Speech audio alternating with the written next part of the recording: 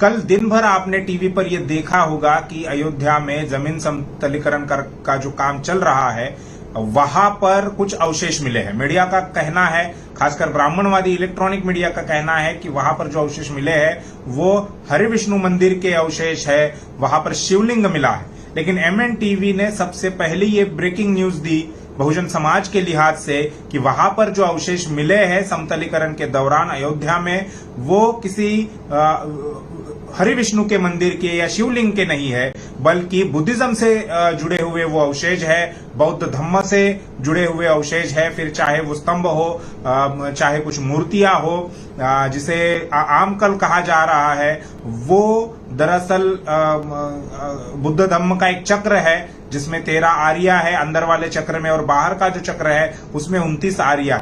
और ट्विटर पर एक ट्रेंड चला जिसका नाम था कि अयोध्या बौद्ध स्थल अयोध्या। वो जो ट्रेंड चला वो उसका नाम था बौद्ध स्थल अयोध्या, जिसकी शुरुआत वरिष्ठ पत्रकार माननीय दिलीप मंडल सर ने की थी। और उसके बाद जो है रात 12 बजे से पहले ही वो ट्रेंड 1 नंबर पर ट्रेंडिंग में आ गया। यानी दिन भर कल सोशल मीडिया में इसी को लेकर चर्चा होती रही, और अब एक दावा ये पेश किया जा रहा है, लोगों के द्वारा ये बोला जा रहा है कि वहां पर जो अवशेष मिले हैं या वो जो जमीन है वो मूलतः साकेत नाम का वो एरिया है। अयोध्या उसको बाद में नाम दिया गया, प्रतिक्रांति के बाद वो नाम दिया गया है, लेकिन पहले मूलतः उसका नाम साकेत है और वो बौद्ध स्थल था। अब इसी को लेकर कुछ सवाल है जो हम आपके सामने रखना चाहते हैं, जिसके बारे में हम आपसे चर्चा करना चाहते हैं। सबसे पहला सवाल ये है कि 11 मई से ये समतलीकरण का काम चल रहा था, और 11 मई के बाद 10 दिनों के बाद यानी 21 मई को ये मामला सामने आया कि इसमें कुछ अवशेष मिले हैं। ये काम देखने वाली एक सरकार ने समिति बनाई है, ट्रस्ट है, उसके अंडर ये काम हो रहा है। विश्व हिंदू परिषद के लोग उसमें हैं। तो विश्व हिंदू परिषद के लोगों ने पिछले 10 दिनों से ये छुपाने का काम क्यों किया कि वहां पर कुछ मिल रहा है। ऐसा नहीं है कि जो जितने अवशेष मिले हैं वो सारे के सारे अवशेष कल ही मिले हैं, एकाएक कल सारे अवशेष मिले, ऐसा नहीं है। तो जब से ये समतलीकरण का काम शुरू है 11 मई से, उस वक्त से ये अवशेष मिल रहे थे, लेकिन उसको छुपाया गया। अब क्यों छुपाया गया, ये बड़ा सवाल है। क्या विश्व हिंदू परिषद के लोग ये छुपाना चाहते? ये इतना समय उन्होंने इसलिए लिया ताकि वो कुछ अवशेष नष्ट कर सके, कुछ सबूतों को नष्ट कर सके, और जो अवशेष मंदिर से सिमिलर है, मंदिर के हो सकते हैं, ऐसा बताया जा सकता है, केवल उन्हीं अवशेषों को उन्होंने लोगों के सामने रखा। क्या 10 दिन का समय उन्होंने इसलिए लिया? 10 दिन पहले, 10 दिन से जो ये काम चल रहा था उस वक्त उन्होंने ये क्यों नहीं बताया? सबसे बड़ा सवाल है। दूसरा सवाल, ओडिशा में जब एक मंदिर का जीर्णोद्धार या उसे यूं कहे कि पुनर्निर्माण का जो काम चल रहा था, उस खुदाई में वहां पर बुद्ध का विहार मिला।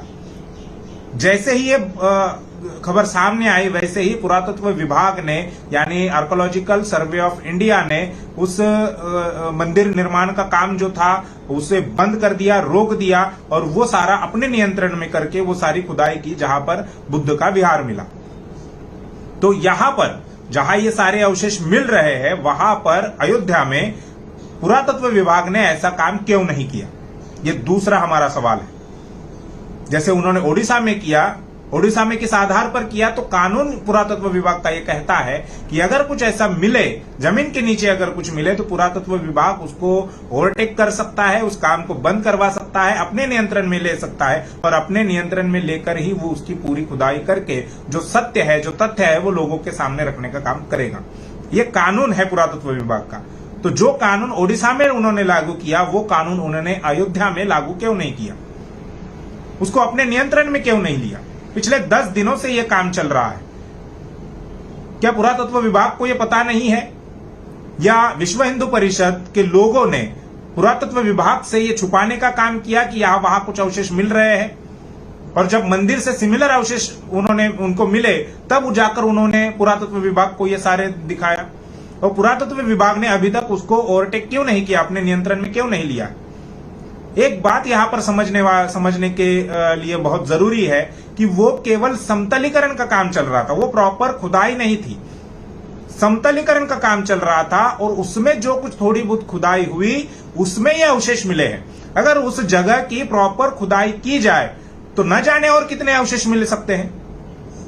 तो ये काम पिछले यानी 2003 में शायद ये काम हो रहा था, लेकिन जैसे ही वहां पर बौद्ध धम्म से रिलेटेड कुछ अवशेष मिलने लगे, जैसे बुद्ध का वहां पर हाथ मिला, वैसे ही मुरली मनोहर जोशी ने ये काम रुकवा दिया और उसके बाद से अभी तक उसमें उस जगह पर कोई खुदाई नहीं हुई। पुरातत्व विभाग को चाहिए था कि वो काम पूरा करे और जो जमीन के नीचे जो सत्य है, जो सच्चाई है, वो निकालकर उसकी जांच करके लोगों के सामने रखे, लेकिन अभी तक पुरातत्व विभाग ने ऐसा नहीं किया है। क्यों नहीं किया है, ये दूसरा सवाल है। तीसरी बात, जब विश्व हिंदू परिषद के विनोद बंसल, जिनका मैंने इंटरव्यू देखा कल, तो वो ये पूरी तरह से डेफिनेटली, कॉन्फिडेंटली, ठोस आधार पर ये नहीं कह रहे थे कि वहां पर जो अवशेष मिले हैं वो राम मंदिर से ही जुड़े हुए हैं, वो राम मंदिर के ही अवशेष हैं। वो डेफिनेटली ये नहीं कह रहे, वो कह रहे हैं कि मंदिर के अवशेष मिले हैं। अब हो सकता है कि वो बुद्ध का मंदिर, जिसे विहार कहा जाता है, उसके अवशेष हो। विश्व हिंदू परिषद के लोग भी ये नहीं कह रहे, डेफिनेटली नहीं कह रहे कि ये राम का ही मंदिर है और उसी के अवशेष है। और इसी को लेकर सुप्रीम कोर्ट में जो इसकी पैरवी करने वाले वकील थे, एडवोकेट जिलानी, इन्होंने विश्व हिंदू परिषद को चैलेंज दिया और कहा कि आप ये सुप्रीम कोर्ट में सिद्ध करें, क्या आप सुप्रीम कोर्ट में ये सिद्ध कर सकते हैं कि ये जो अवशेष मिले हैं वो राम मंदिर के ही अवशेष हैं। क्योंकि सुप्रीम कोर्ट ने 2019 में नवंबर के महीने में जो जजमेंट दिया, उसमें उन्होंने इस बात को नकार दिया है कि मंदिर तोड़कर, राम मंदिर को तोड़कर बाबरी मस्जिद बनाई गई। सुप्रीम कोर्ट ने इस तथ्य को, या ये जो दावा किया जा रहा था, उसको नकार दिया है। तो इसी बात को लेकर जिलानी ने विश्व हिंदू परिषद को सवाल पूछा है, चैलेंज दिया है उन्हें, क्या आप सुप्रीम कोर्ट के इस निर्णय का रिवीजन करने की याचिका दाखिल करने वाले हो? क्या आप ऐसा कर सकते हो? तो ये एक बड़ा सवाल है, उन्होंने बहुत इंपॉर्टेंट सवाल वहां पर उपस्थित किया है। कल ही उनका इंटरव्यू में देख रहा था, उसमें उन्होंने ये बातें कही।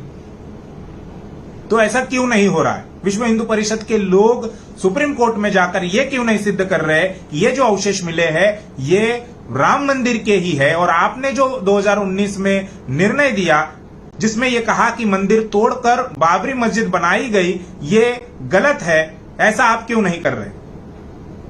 उसके बाद पूर्व archaeological survey of India north के जो डायरेक्टर रहे हैं, निदेशक थे के मोहम्मद, उन्होंने भी कहा कि ये मंदिर निर्माण की जल्दबाजी क्यों हो रही है। प्राथमिक दृष्टि से अगर कल मिले अवशेषों को देखें तो वो 8वीं 9वीं शताब्दी के लग रहे हैं, लेकिन फिर भी इसकी पुरातत्व के विभाग के द्वारा जांच होनी चाहिए और जांच के बाद ही ये कहा जा सकता है कि ये मंदिर के अवशेष है या और किसी धर्म से जुड़े हुए अवशेष है। ये उन्होंने कल टीवी चैनल पर कहा है, जिसकी खबर के तौर पर लिखित में किसी ने, कोई जितने भी प्रिंट मीडिया है या ऑनलाइन जो जिनके पोर्टल है, उन्होंने ये खबर नहीं दिखाई, लेकिन टीवी पर उन्होंने ये बात कही है कि जल्दबाजी नहीं करनी चाहिए, पुरातत्व विभाग को ये सारी जगह देनी चाहिए और उनके द्वारा प्रॉपर खुदाई करने के बाद ही जो कुछ अवशेष मिले उसकी जांच होनी चाहिए और जांच के बाद ही मंदिर, अगर मंदिर है, मंदिर के अवशेष है तो मंदिर बने, या दूसरे धर्म का कुछ है तो उनको वो उस प्रकार से काम होना चाहिए। उन्होंने एक यहां पर सवाल उठाया है।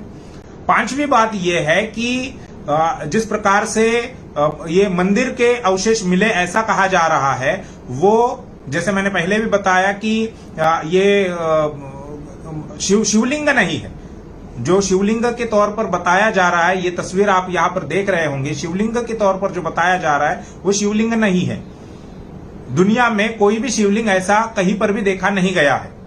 ये क्या है? इसको 8 कोण है, जिसे अष्टकोण कहा जा सकता है। अष्टकोण का एक स्तंभ है। आमतौर पर शिवलिंग जो होता है वो गोल होता है, ये अष्टकोण है। बुद्धिज्म में, बौद्ध धर्म में 8 जो संख्या है, इसको महत्व है। क्या महत्व है? क्योंकि ये अष्टांगिक मार्ग है। बुद्धिज्म में 10 अंक को महत्व है। क्या महत्व है? क्योंकि वो 10 पारिमिता है। उसके बाद त्रिशरण है, त्रिरत्न है 5 पंचशील है। तो ये जो संख्या है 8 जो अष्टकोण का ये स्तंभ जो मिला है वो शिवलिंग है, ऐसा बताया जा रहा है मीडिया के द्वारा, जबकि ऐसा नहीं है। और एक बात है इसमें कि सुप्रीम कोर्ट ने अपने जजमेंट में जो विश्वविख्यात जो पुरातत्वज्ञ थे सर मेजर जनरल कलिंगम, इनका जिक्र किया है, लेकिन उनके सिद्धांतों को नहीं माना है। उन्होंने चीनी यात्री फाइयान और युआन संग इनका जिक्र किया है, लेकिन उनके सिद्धांत को नहीं माना है।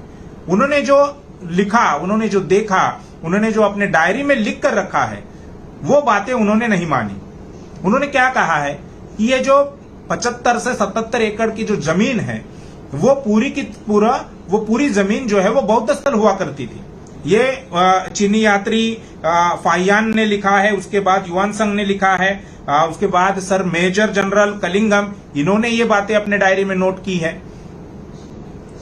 तो हमारा ये कहना है, और आम लोग मतलब जो भी जिस चर्चा कल सोशल मीडिया में हो रही थी, उन लोगों का कहना है कि इसकी पुरातत्व विभाग के आधार द्वारा जांच हो, पहले खुदाई हो फिर जांच हो।